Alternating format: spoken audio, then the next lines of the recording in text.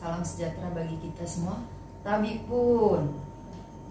Oke, untuk melanjutkan perkuliahan selanjutnya, hari ini kita akan membahas terkait dengan laporan bisnis.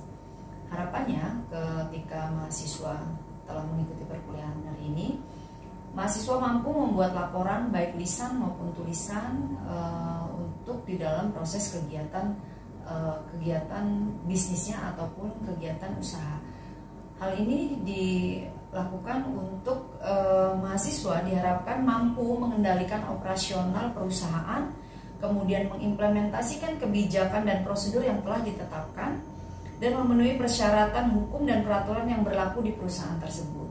Kemudian mendokumentasikan hal-hal apa saja yang sudah terjadi dan atau apa yang kendala-kendala yang ada di lapangan, kemudian apa yang harus dilakukan ke depan untuk mencapai target-target suatu perusahaan ataupun organisasi.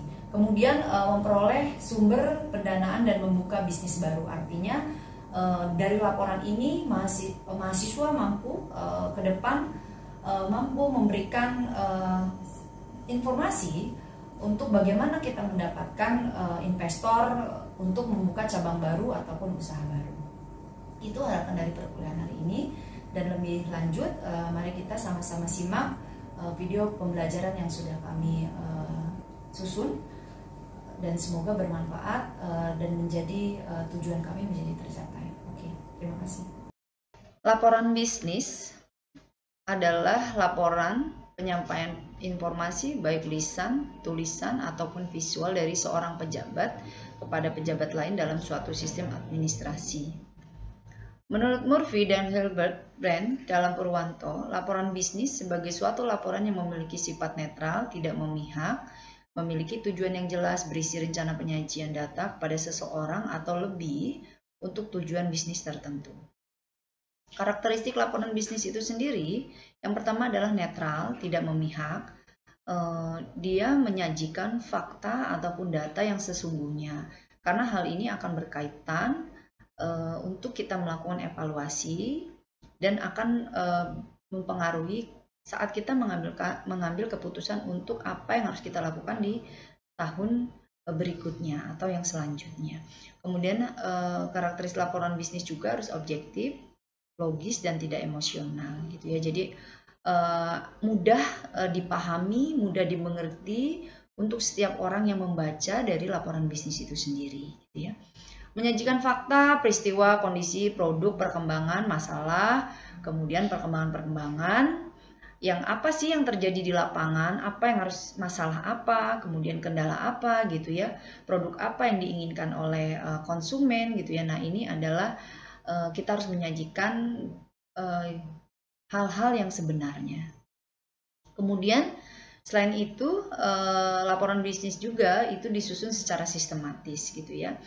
Jadi sesuatu yang memang dari hal-hal yang kecil kemudian membesar, lebih luas gitu ya, untuk bagaimana kita memudah memahami dari laporan bisnis ini sendiri. Laporan bisnis memiliki tujuan yang jelas, yaitu membantu pemecahan masalah dan pengambilan keputusan. Oleh sebab itu, sesuatu yang fakta ataupun masalah yang ada di lapangan itu disajikanlah dalam laporan bisnis ini. Jadi tidak ada hal-hal yang ditutupi gitu ya, karena ini terkait dalam pemecahan masalah gitu ya, dan pengambilan keputusan untuk selanjutnya. Umumnya diminta oleh pihak yang memiliki wewenang yang lebih tinggi. Nah, biasanya ini adalah pimpinan gitu ya. Misalnya dia pemilik modal atau dia pemilik perusahaan meminta kepada manajernya untuk melakukan laporan bisnis. Hal ini dilakukan untuk melihat bagaimana kondisi perkembangan perusahaan ataupun sebuah organisasi yang ia miliki gitu ya. Kemudian laporan bisnis ini juga sangat bermanfaat ketika pemilik ingin melakukan ekspansi dan membutuhkan dana dari pihak luar atau pihak ketiga, maka laporan bisnis ini sangat diperlukan gitu. Maka hal-hal yang memang menjadi keunggulan ataupun potensi itu harus muncul dalam laporan-laporan bisnis yang harus kita buat. Tujuan laporan bisnis adalah memonitor atau mengendalikan operasional perusahaan, kemudian membantu mengimplementasikan kebijakan dan prosedur yang telah ditetapkan, kemudian memenuhi persyaratan hukum dan peraturan yang berlaku di perusahaan, mendokumentasikan prestasi kerja yang diperlukan baik bagi keperluan internal maupun eksternal.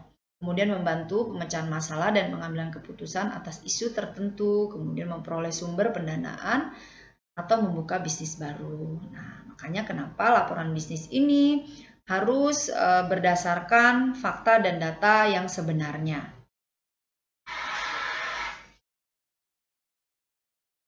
Prinsip laporan yang baik, yang pertama adalah bertanggung jawab.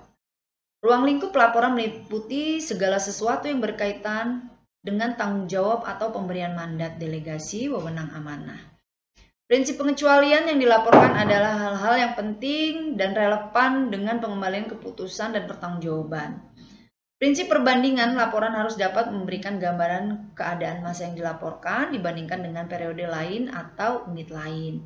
Bagaimana ini prinsip untuk membandingkan bagaimana kondisi kita dengan kondisi yang lainnya gitu ya. Jadi untuk bagaimana kita berpikir sebagai pimpinan ataupun sebagai investor, apakah laporan bisnis ini menjadi tolak ukur untuk ekspansi ataupun membuka hal-hal yang baru gitu ya, baik sisi produk ataupun perusahaan baru gitu ya. Nah, ini menjadi salah satu prinsip yang harus ada gitu ya.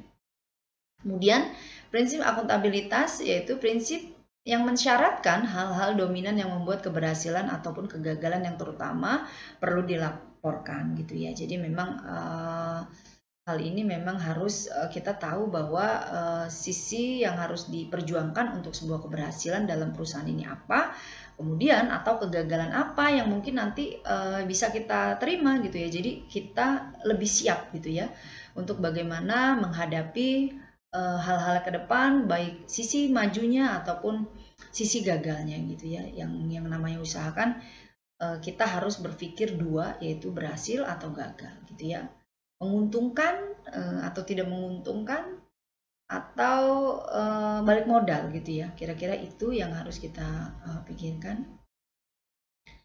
Prinsip manfaat maksud ya ini laporan ini harus lebih besar dari biayanya. Artinya begini, kita memastikan bahwa laporan bisnis ini yang kita sajikan itu memang memberikan keuntungan buat para pembaca ataupun sasaran kita, yaitu pimpinan menganggap bahwa dengan laporan bisnis ini terlihatlah tergambar bahwa usaha kita ini maju gitu kan, dan menguntungkan gitu, sehingga para investor ataupun pihak lain yang ingin menanam modal dalam usaha kita ini, mereka menjadi tertarik karena memang usaha ini dianggapnya menguntungkan gitu ya untuk dalam jangka panjang gitu.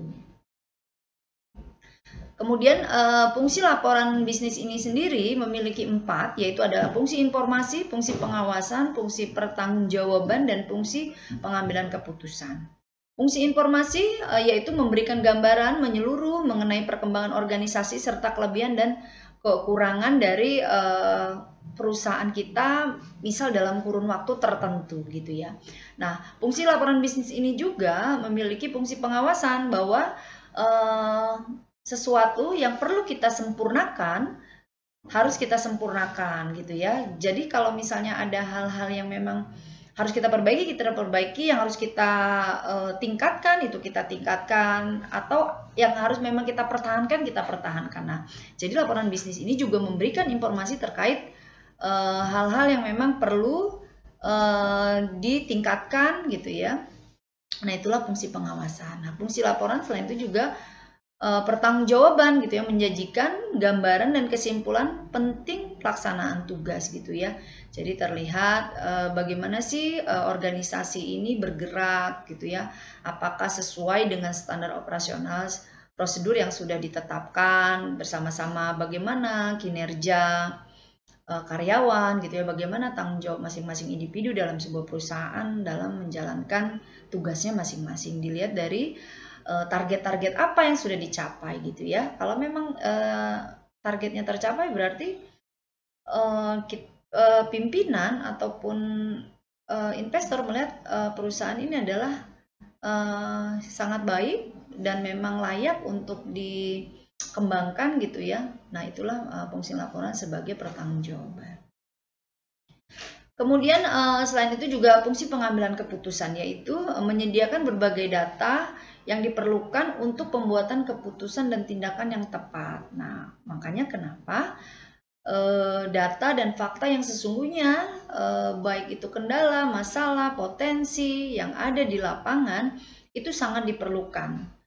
Karena itu menyangkut pimpinan untuk membuat sebuah keputusan apa yang harus dilakukan ke depannya untuk kemajuan sebuah organisasi ataupun perusahaan. Nah, adapun jenis laporan menurut penggolongan laporan bisnis, yaitu yang pertama adalah menurut fungsinya. Yang pertama laporan sebagai informasional, yaitu berupa laporan yang menyajikan fakta dan rangkuman tanpa melakukan analisis, kesimpulan atau rekomendasi, termasuk informasi report terkait dengan laporan perkembangan, kemudian laporan sementara, dan laporan berkala. Berikutnya adalah laporan analitika, menyajikan fakta, menganalisis dan menafsirkan, kemudian pengambil keputusan dalam memberikan rekomendasi. Bisa bentuk dalam laporan rekomendasi, kemudian usulan proposal. Oke, selanjutnya menurut frekuensinya laporan bisnis itu ada dua, yaitu laporan berkala dan laporan khusus.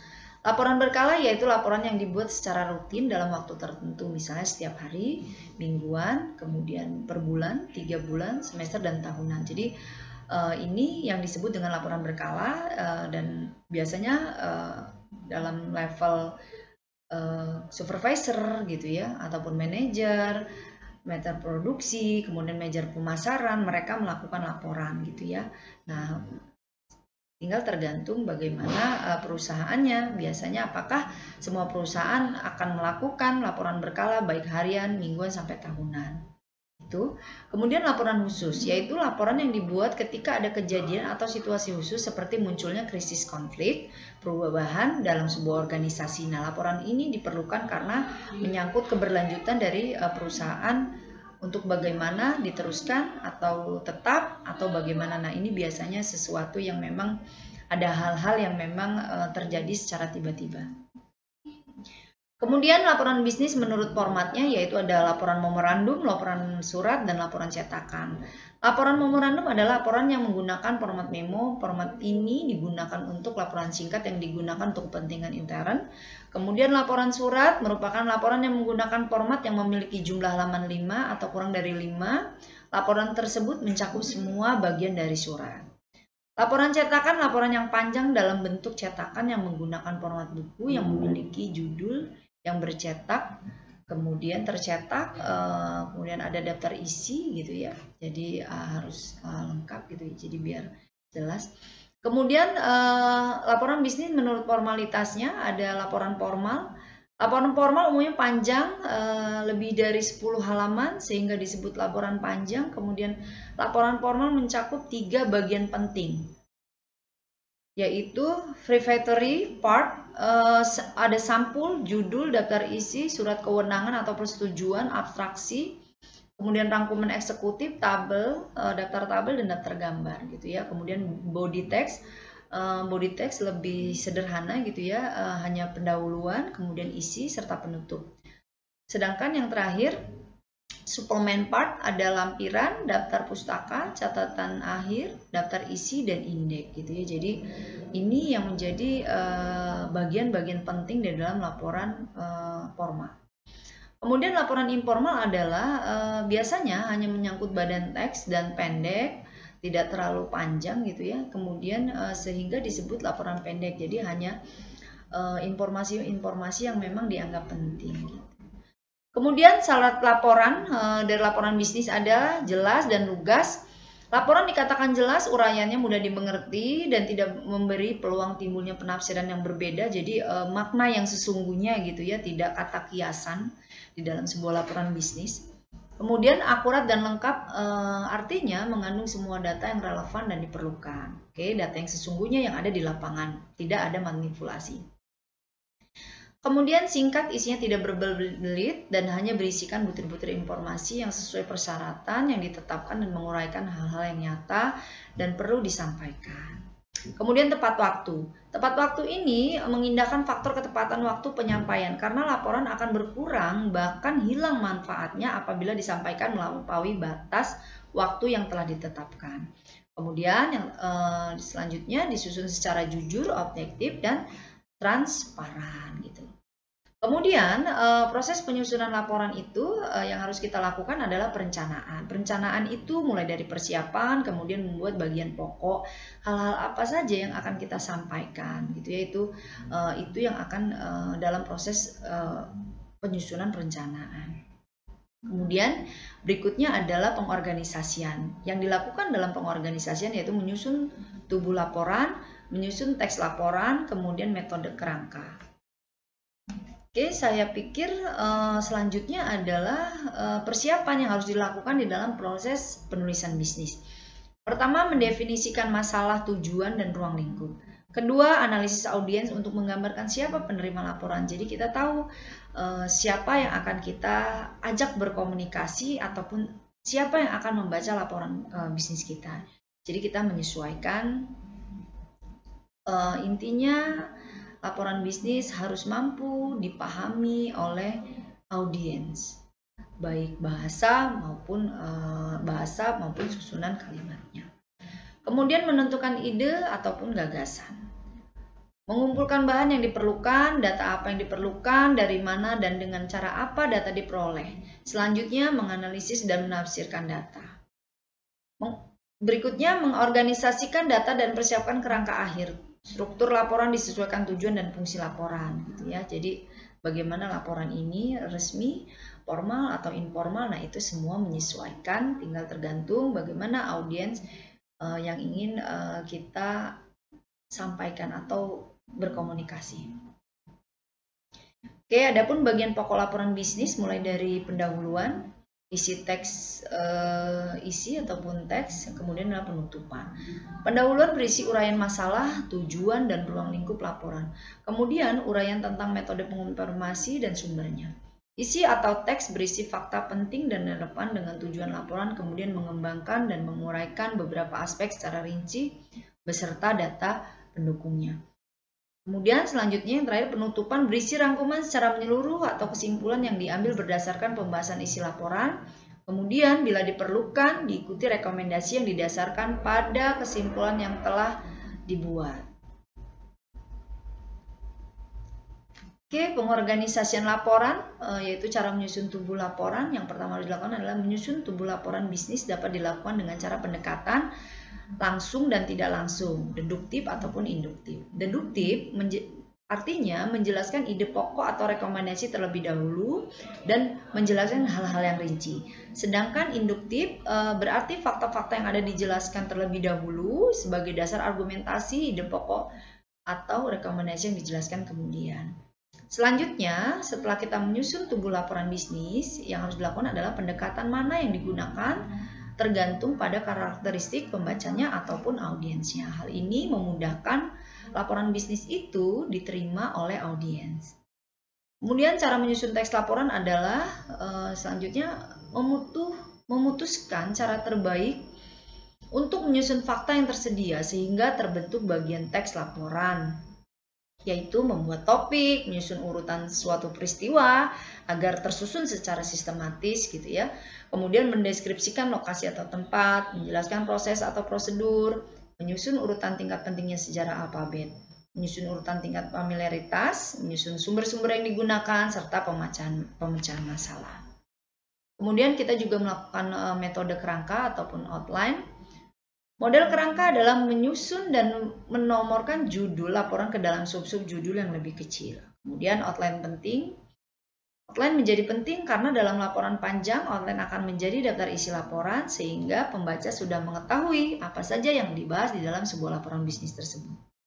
Memberikan tuntunan dalam menyusun laporan, kemudian membantu melihat hubungan antara judul, subjudul, dan menghilangkan duplikasi.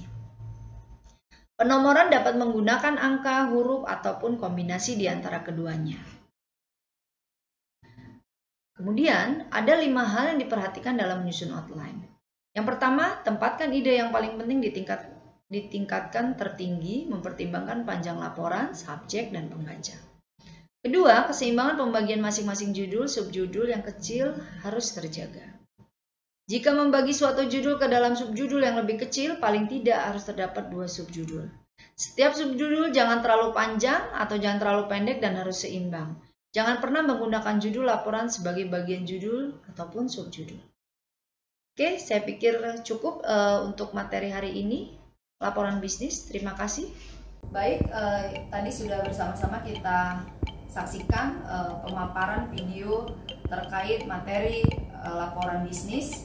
Jadi kesimpulannya adalah mahasiswa diharapkan setelah mengambil mata kuliah komunikasi bisnis ini mampu membuat laporan bisnis dengan mempertimbangkan atau memikirkan ide-ide pokok, kemudian bagaimana ide itu tersampaikan menggunakan bahasa yang tepat, lugas, mudah dimengerti, sehingga laporan bisnis itu dapat dipahami baik dari pimpinan maupun dari customer kita ataupun sasaran kita ataupun investor yang akan melakukan penanaman modal untuk kita melakukan cabang-cabang baru gitu ya. Jadi sekian dari saya atas perhatiannya. Saya ucapkan terima kasih. Wabillahi taufiq wal hidayah. Wassalamualaikum warahmatullahi wabarakatuh.